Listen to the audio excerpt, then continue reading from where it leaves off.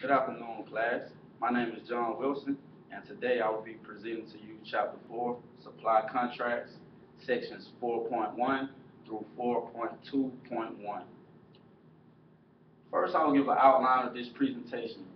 First, I will talk about the purpose, what is supply contracts, and then I will give a little about buyback contracts. The purpose is to examine the supply contracts and discuss buyback contracts. Supply contracts is contracts that establish the terms of a working relationship between a supplier and a customer. Supply contracts is often necessary to lock in discounted pricing and other agreed upon benefits that the supplier is agreeing to the customer. Supply contracts consist of terms of payments, which can be postal pay, uh, online payments, and electronic transfers. Electronic transfers is when the supplier and the buyer agree to transfer funds between one another bank accounts. And price scheduling. Price scheduling is a list of items that the supplier is agreeing upon selling to the buyer.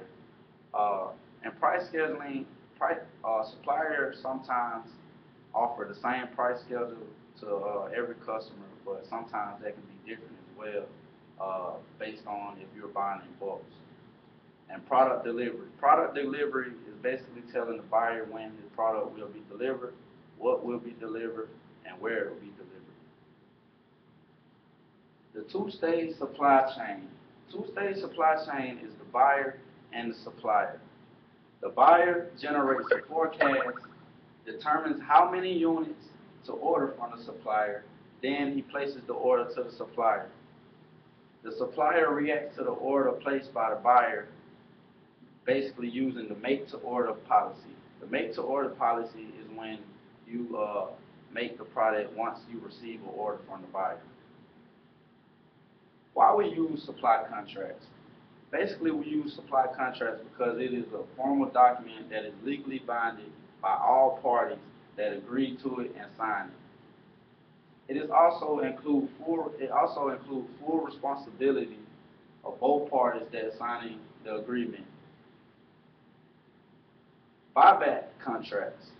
Buyback contract is when the seller agrees to buy back unsold goods from the buyer for some agreed upon price. Here is basically when the supplier buys back goods from the buyer that was not sold and that is just sitting in inventory.